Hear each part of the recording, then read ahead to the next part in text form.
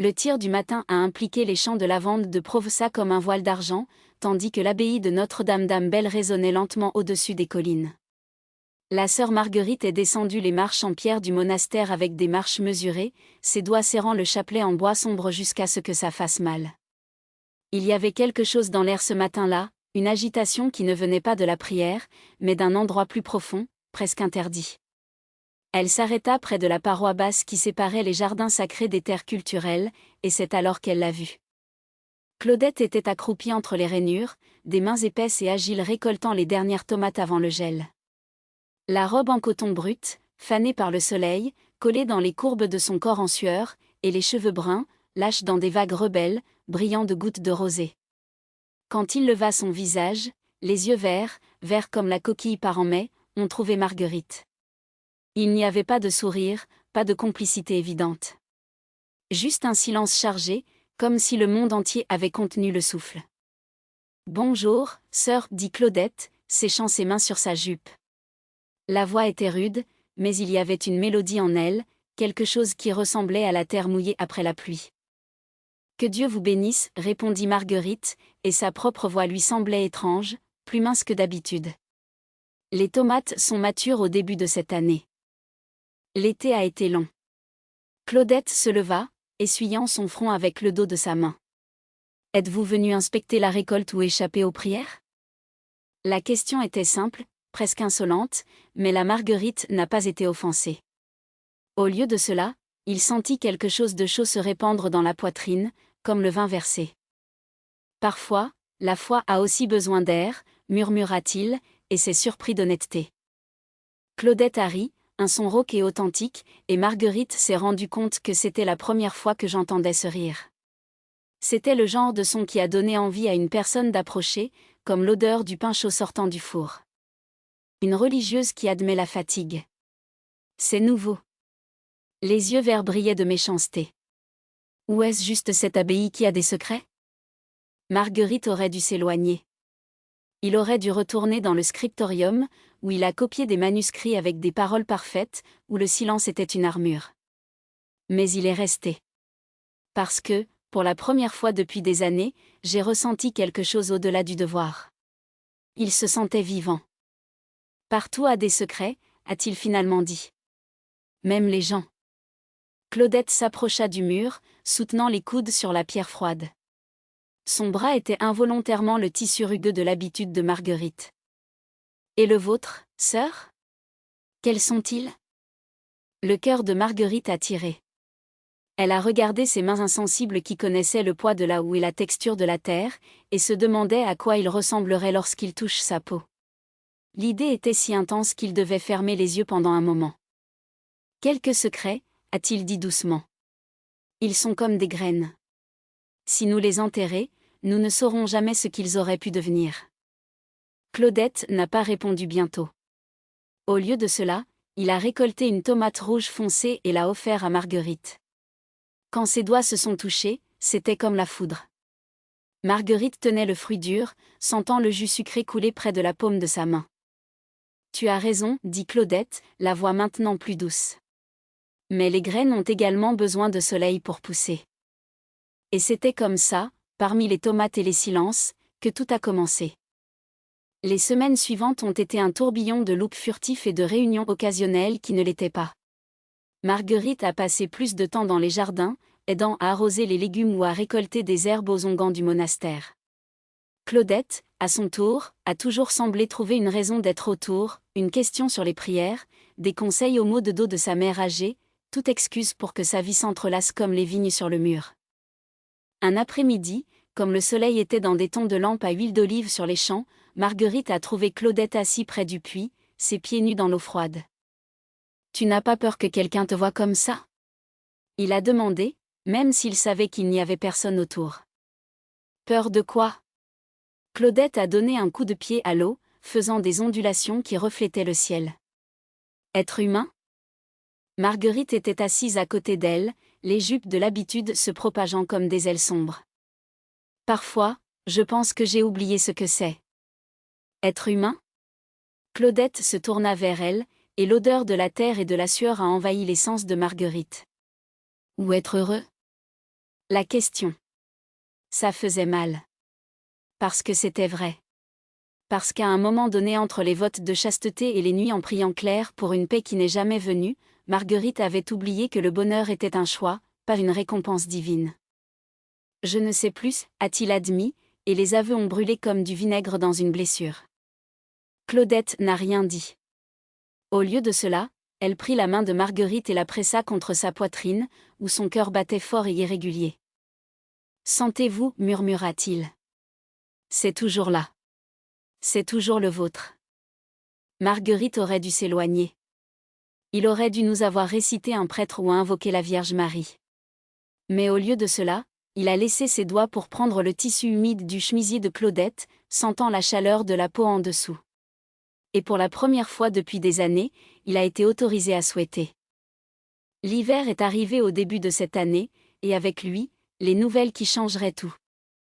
Mère supérieure a appelé Marguerite à son cabinet une matinée froide, tandis que le vent hurlait entre les tours de l'abbaye. « Nous avons reçu une lettre de l'évêque, a-t-il dit, sans préambule. Vous avez été sélectionné pour diriger la nouvelle mission à Marseille. Un monastère en ruine, mais avec un grand potentiel. Partira la semaine prochaine. » Marguerite sentit le sol disparaître sous ses pieds. « Marseille ?» répétait, la voix un fil de son. « C'est un honneur, fille. » Mère supérieure sourit, mais ses yeux étaient froids comme le marbre des tombes. Une occasion de servir Dieu là où il a le plus besoin. Marguerite a quitté le cabinet comme s'il rêvait. Marseille. Loin. Pour toujours. Pas de Claudette. Il l'a trouvée dans la grange, fixant un panier en osier avec des doigts agiles. « Je pars, dit-il sans cester. » Claudette n'a pas lancé ses yeux bientôt. Quand il l'a fait, son visage était impassible, mais ses mains tremblaient. Où ? Marseille. Un nouveau monastère. Marguerite a avalé dur. Je commence dans une semaine. Silence. Le bruit des oiseaux sur le toit, l'odeur du foin sec. Claudette se tourna vers le panier, comme si soudain elle était la chose la plus importante au monde. C'est donc ça, murmura-t-il. Dieu gagne toujours. Ce n'est pas comme ça, a avancé Marguerite, prenant fort le poignet de Claudette. Ce n'est pas un choix. C'est une commande. Tout le monde a des choix, la regarda finalement Claudette et ses yeux étaient humides. Même vous. Et si je reste ? Marguerite sentit ses larmes brûler. Que se passe-t-il alors ? Claudette a libéré un rire amer. Tu ne resteras pas. Parce que tu es elle, a-t-il montré l'habitude, au chapelet, au voile qui a caché les cheveux que Marguerite n'avait jamais coupés depuis qu'il était entré dans l'ordre. Et je suis ça, il a frappé sa propre poitrine, sa robe minable, ses mains pleines de corps. Il n'y a pas de place pour nous, Marguerite. Il n'y avait jamais. Marguerite voulait crier. Je voulais dire que peu importe que je puisse abandonner les votes, qui pouvaient vivre. Mais les mots sont morts dans sa gorge, parce qu'elle savait, au fond, que Claudette avait raison. Le monde n'a pas été fait pour eux. Pas de cette façon. La nuit précédant le match, Marguerite est allée à la cabine de Claudette, à la limite de l'abbaye. Il n'y avait pas de lune, seulement la faible lueur des étoiles et l'odeur du bois brûlant dans la cheminée. Claudette était assise sur la porte, enveloppée dans un châle, ne regardant rien. « Je ne dirai pas au revoir », a déclaré Marguerite, arrêtant quelques pas. « Alors pourquoi es-tu venue ?»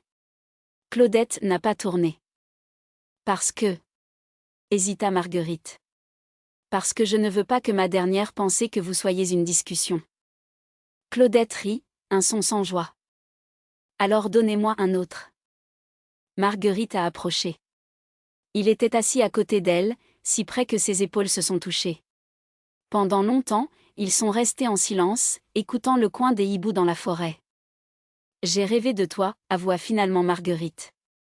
Tous les soirs, depuis ce premier jour sur le mur. Et dans le rêve, que s'est-il passé ? Claudette se tourna vers elle et son visage était si proche que Marguerite pouvait sentir la chaleur de sa respiration. Des choses que je ne peux pas dire. Claudette sourit tristement. Nune jusqu'à la fin, hein ? Non. Marguerite lui prit la main, entrelaçant ses doigts avec une audace qui la surprit. Seulement jusqu'à demain. Ils se sont embrassés là-bas, sous les étoiles, avec des lèvres tremblantes et des larmes mélangées. Ce n'était pas un baiser d'une passion ardente mais adieu, longue, douce et dévastatrice. Quand ils ont rompu, Claudette a touché le visage de Marguerite avec une tendresse qui faisait mal. « Allez, murmura-t-il. Allez et soyez heureux, votre chemin. » Marguerite Q. Je dirais. Je voulais promettre que vous reviendriez, pour trouver un moyen. Mais les mots étaient gris dans sa bouche. Au lieu de cela, il pressa son front contre Claudette et ferma les yeux. Au revoir, a-t-il dit. Et puis il est parti, en prenant le poids d'un amour qui n'aurait jamais de nom. Des années plus tard, dans un petit café à Marseille, où l'odeur de sel et de poisson frais se mêlait à l'arôme du café turc, une femme aux cheveux chauds assise à la table des fenêtres leva les yeux du livre qu'elle a lu. À l'extérieur, une voiture s'est arrêtée. Une grande silhouette, vêtue d'une veste battue, descendait. Quand elle est entrée dans le café, enlevant son chapeau en feutre, la femme à table a laissé tomber sa tasse. Claudette. Plus âgée, avec des rides autour des yeux et des mains encore marquées par le travail, mais indubitables. Ses yeux verts, maintenant avec le vert délavé des feuilles à l'automne, ont balayé l'atmosphère jusqu'à ce qu'ils atterrissent la femme à la table. Marguerite. Il n'y avait aucune habitude, pas de chapelet. Juste une simple robe en laine, des cheveux courts et blancs et un sourire qui tremblait sur les lèvres. Tu. Claudette avançait, comme si elle craignait que Marguerite disparaisse. Vous êtes partie. Marguerite rit, un son léger et libre comme le vent dans le champ de lavande. Cela m'a pris, a-t-il admis. Mais me voici. Claudette était assise devant lui, ses mains tremblant sur la table. Et maintenant ? Maintenant, le soleil brillait sur le port. Maintenant, la mer a chanté une chanson qu'il pouvait enfin entendre. Marguerite a tendu la main, s'est étendue, comme un cadeau. Maintenant, a-t-il dit. Nous plantons les graines. Claudette regarda cette main ouverte, les doigts marqués par le temps, les veines fines comme les brins de rivière sous la peau. Il y avait des cicatrices là-bas, d'épines, de couteaux de cuisine, d'années portant des seaux d'eau et des paniers de pain. Mais il y avait aussi une douceur que seul le toucher de qui a appris à accueillir pouvait l'avoir. Graines ? Répéta-t-il, sa voix rauque. De quoi tu parles, Margot ? Marguerite sourit, et ce sourire était comme la première gorgée de vin après une récolte difficile, chaude, nécessaire. Lavande, dit-il, comme si c'était la chose la plus évidente au monde. Ou tournesol. Ou tout ce qui veut grandir. La terre ne demande pas si nous sommes religieux ou paysans, Claudette. Elle nous demande juste de se pencher et de lui faire confiance. Claudette sentit sa poitrine serrée. Ce n'était pas seulement l'idée, c'était la façon dont Marguerite a dit les choses, comme si le monde entier était un endroit où il pouvait encore appartenir. Vous avez quitté le couvent, murmura-t-il plus à elle-même qu'à l'autre. Après toutes ces années ? Pourquoi ? Les doigts de Marguerite se fermèrent légèrement, comme s'il voulait tenir quelque chose qu'il s'est échappé. Parce qu'un matin, en priant, j'ai réalisé que mes prières ne montaient plus. Ils sont restés coincés ici, elle a touché sa poitrine, juste au-dessus de son cœur. Comme des oiseaux battant les ailes contre une fenêtre fermée.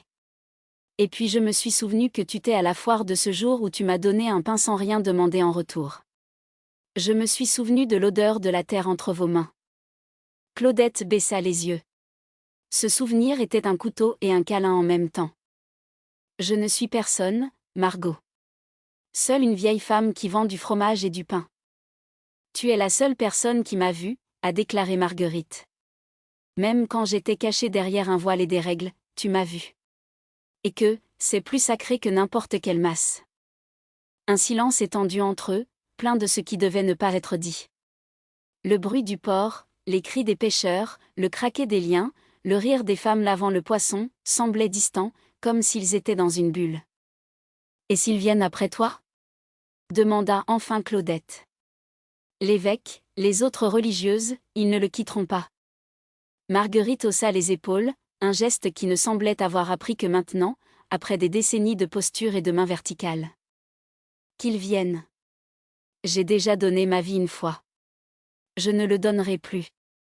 Claudette sentit quelque chose se briser en elle. Ce n'était pas la peur, pas de soulagement. C'était comme quand la terre se fissure après une longue sécheresse et soudain, l'eau trouve son chemin. « Et si nous plantons, dit-il lentement, et rien n'est né ?» Marguerite a de nouveau tendu la main. Cette fois, Claudette n'a pas hésité. Leurs doigts se sont rencontrés, rugueux et chauds. « Ensuite, nous plantons à nouveau, répondit Marguerite. Jusqu'à ce qu'il soit né. Et donc, entre l'odeur du sel et du pain frais, ils y sont restés, leurs mains se sont unies sur la table, comme s'ils étaient déjà. Ils sont enracinés de quelque chose qui n'était pas encore à venir. La nuit est tombée au-dessus du village comme un manteau lourd, mais à l'intérieur de la petite maison de Claudette, le feu dans la cheminée se fissurait, jetant des ombres de danse sur les murs de pierre. Marguerite a regardé les flammes, le visage éclairé par une lueur dorée qui adoucit les lignes du temps sur sa peau. Elle n'était pas une femme habituée à faire taire, mais à ce moment, les mots ne semblaient pas nécessaires. Le toucher de Claudette, rugueux et sincère, a tout dit. « Allez-vous rester ici ?» Claudette a finalement demandé à sa voix basse comme si elle craignait de briser le charme. Marguerite se tourna vers elle, ses yeux sombres reflétant la lumière tremblante. « Je n'ai nulle part où aller. » Ce n'était pas une réponse, mais une confession. Claudette a compris. L'Église ne voulait plus d'elle. Le village le craignait peut-être. Et elle, Marguerite, après une vie servant Dieu dans les hôtels, ne savait plus où elle appartenait, sauf là, sur cette table en bois passé, avec ses doigts entrelacés avec ceux d'une femme qui a planté la terre et parlait peu. « Alors restez, dit Claudette, comme la chose la plus simple du monde. Le lit est étroit, mais nous nous adaptons. » Marguerite a ri, un son rauque et inattendu, comme s'il n'utilisait pas cette partie de lui-même. « N'as-tu pas peur ? Que diront-ils ? » Claudette haussa les épaules, un geste qui semblait maintenant contagieux. « Ils ont déjà dit pire. Que je suis têtue, que je ne le cas pas, que je vis en tant qu'homme. » Elle prit la main de Marguerite et la lui a amenée à ses lèvres, embrassant ses nœuds sur ses doigts, alors que des pins comme des peignes d'arbre. « Et toi ? Avez-vous peur ? » Marguerite ferma les yeux un instant. Quand cela les a ouverts, il y avait quelque chose de nouveau en eux, pas de douleur, pas de regret, mais une sorte de faim. « Peur de le perdre, a-t-il admis. Maintenant que je l'ai trouvé. » C'étaient des mots simples, mais lourds comme des pierres dans la rivière. Claudette sentit son cœur battre plus vite. Ce n'était pas encore l'amour, ou peut-être le cas, mais ce genre qui pousse lentement, comme le blé d'hiver, caché sous la terre jusqu'à ce que le soleil l'appelle. « Alors ne perdez pas, murmura Claudette. Il est. Demain, nous nous réveillons tôt, mangeons du pain avec du miel et verrons la mer avant le travail. » Marguerite sourit. C'était un petit sourire presque timide, comme si elle apprenait à recommencer. « Et puis ? » « Ensuite, nous plantons, répondit Claudette, répétant les mots avant, mais maintenant avec quelque chose de plus, une promesse tissée entre elles. « Jusqu'à ce qu'il soit né. » Et donc, sans autre cérémonie, la Marguerite est restée. Le lit était étroit, comme Claudette l'avait prévenu, et les deux femmes se sont allongées les unes à côté de l'autre, le corps de la Marguerite rigide au début, comme si elle ne savait pas si elle pouvait prendre de la place. Mais Claudette l'a rapprochée et peu à peu, la tension s'est dissoute. L'odeur de lavande des vêtements de Marguerite se mêlait à la terre et à la transpiration de Claudette, créant quelque chose de nouveau, quelque chose qui ne leur appartenait qu'eux. « Avez-vous dormi comme ça dans l'église ?» demanda Claudette, déjà avec une voix lourde de sommeil. « Non, répondit doucement Marguerite. Là, j'ai dormi seule. » Et c'était la dernière chose qu'ils ont dite avant que le silence ne les impliquait, un silence qui n'était pas vide, mais plein de choses tacites, de graines toujours en germination. Dehors, le vent hurla entre les arbres, comme si le monde entier savait que quelque chose avait changé. Mais à l'intérieur de ces quatre murs, le feu mourant lentement et les corps chauds s'adaptant les uns aux autres, rien d'autre n'avait d'importance. Demain, il y aurait du travail, des regards curieux, peut-être même des mots durs.